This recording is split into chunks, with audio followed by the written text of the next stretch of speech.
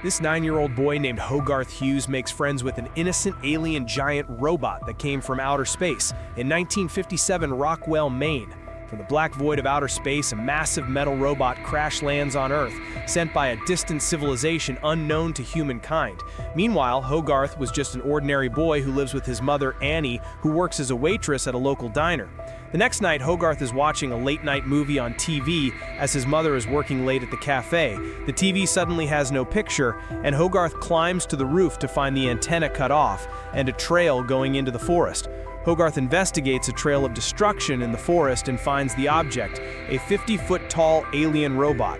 He runs away but then returns to save the robot when he gets electrocuted while trying to eat the transmission lines of an electrical substation.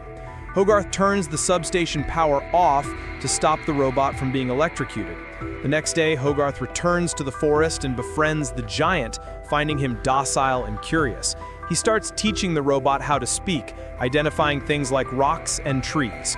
The robot follows Hogarth home. He hides him in their barn and helps to teach him about life.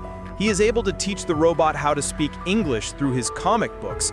The robot is mostly impressed with Superman.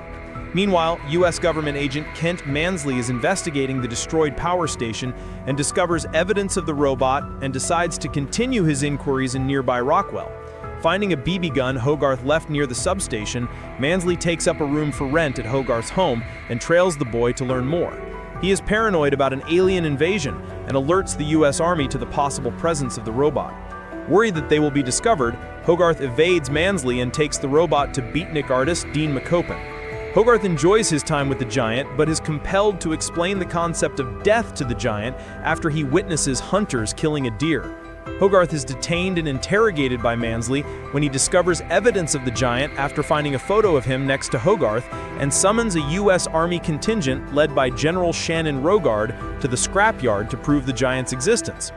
Dean is able to pass off the robot as one of his works of art when Mansley and Lieutenant General Rogard investigate. Later, while playing with a toy gun, Hogarth inadvertently activates the giant's defensive system, firing a laser beam in the process. Dean yells at him for nearly killing Hogarth, and the saddened giant runs away with Hogarth giving chase. Dean realizes that the giant was only acting in self-defense and catches up to Hogarth as they follow the giant. The giant rescues two boys falling from a roof when he arrives, winning over the townspeople. Mansley, having seen the robot, orders an attack to stop it.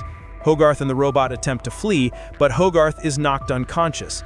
The giant assumes that Hogarth is dead and in a fit of rage and grief transforms into a war machine and returns to Rockwell.